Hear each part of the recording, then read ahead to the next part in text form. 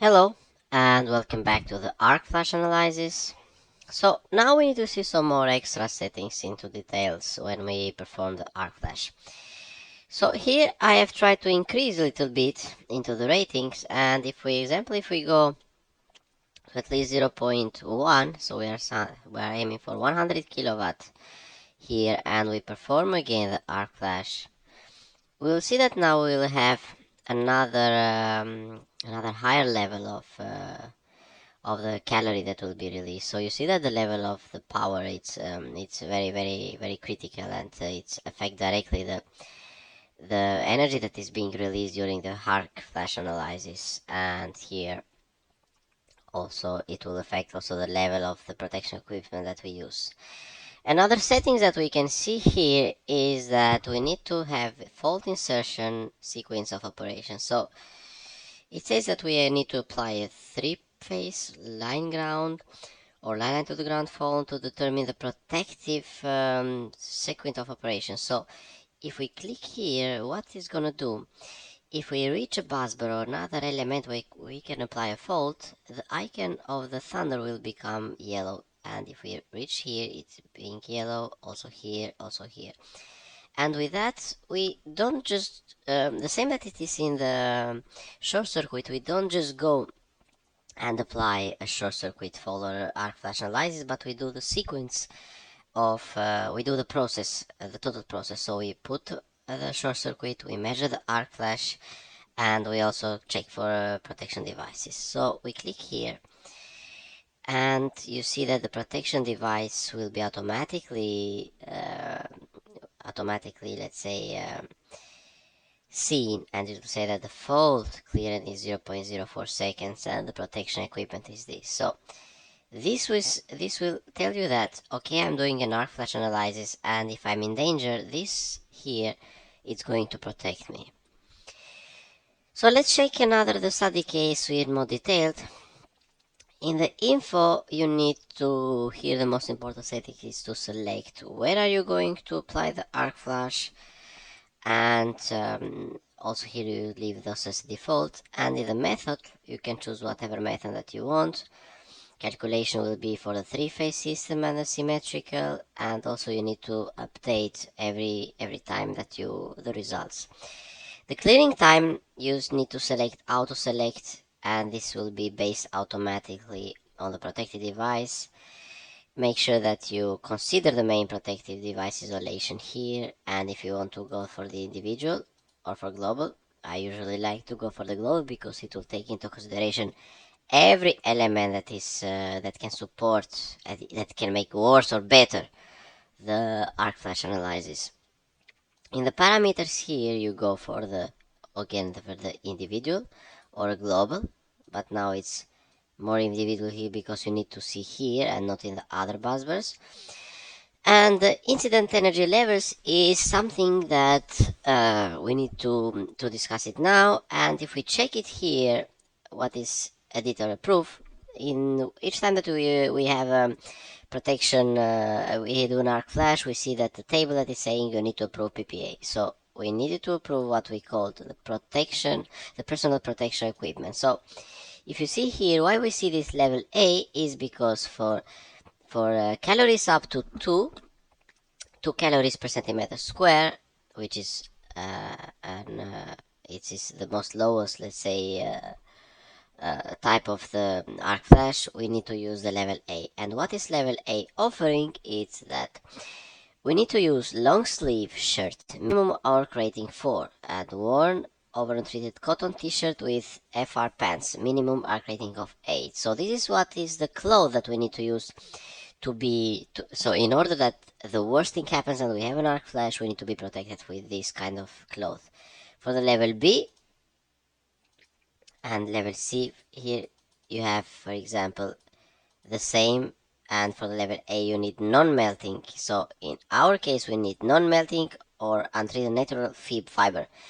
For level C and for level F, which is not allowed here, and it says that you need to have a multi-layer flash jacket. So we see that the arc flash here is very dangerous. So you are releasing, let's say, 40 calories per centimeter square, which is a huge amount of arc flash and heat, which can destroy the human body. You can also define your own here to say that I will use, for example, for the level A, I'll need to use, for example, helmet or gloves and blah blah blah, which is defining all this to the project. And after you go to user defined by 2, you say approve PPA, and this has been approved here, which will not be asked anymore. And here in the adjustments you can do, for example, if for the transformers and for the reactors, but we don't have it now, and we click OK. So another thing is that if we go to the busbar here, when we explain the busbar, we saw some rating and arc flash. Now it's time to get back on those and to see. The standard of the protection is IAC, as we have been using IAC standard, and this is what is the compound of the busbar. So when we do the arc flash, we need to consider what is the bus and how much this is going to affect our arc flash, because if we have a more gap here, the arc flash would be lower, or it can be higher here, and how much is the height.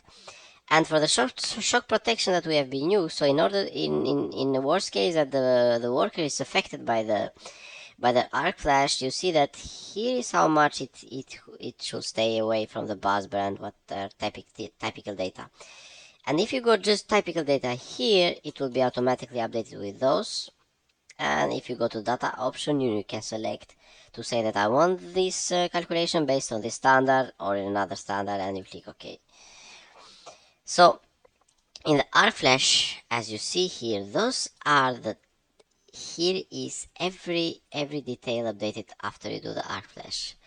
So when you say that this busbar has this arc flash data, those are made by the calculation. If you use the user define here, you can go to the calculator and you can define your own. So you say that this is my fault, nominal fault is 0.24, the bolted fault current is 1.8, and blah blah blah. So you see here is where you should work, here is going the fault, and here is how much you should work. So but we don't want to use those now because as you see, you can change those here, which is the power flow, and we'll go for the 100% one, 100% voltage, because we don't want to input those data by ourselves, but those are automatically updated. So everything that you see here is when we perform the arc flash, you see that it will be automatically updated, and everything that is after the analyzer will be updated at the busbar. The last thing that we can do for the arc flash after we have done this analyze and very nice calculations, you need to go to the report manager and you can go to the PDF, and so every data that you input, you need to take a photo and to set to the busbar, so when the worker came, they see that okay, I need to wear this kind of protection, this is the risk that I'm constrained to, and what is the behavior that he should have. So here you can go to the labeling English, and you can go to danger bus, results, summary, but we'll go for the label one. So make sure that for all those data that you have here, you need to print a label and to stick it to the busbar. I'm talking for the real words and real applications. So you go here and click OK, and if you wait a little bit, PDF will pop up, and it will show that how much it should be, for example, a label here. So we just need to wait a little bit.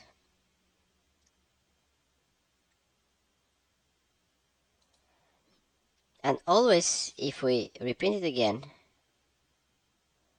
we can also export to the Excel. So this is what is printed. So I think that mostly of you that are familiarized with that, and you see that this is our analysis done. And you see that the arc flash boundary is 0.31. Be careful of here because you can have a danger. This level A, how much is the voltage, how much you should stay away, and this is for the worker. So Congratulations, we have successfully here performed an full arc flash analysis, and I hope you have enjoyed so far. Thank you very much, and see you to the next lecture.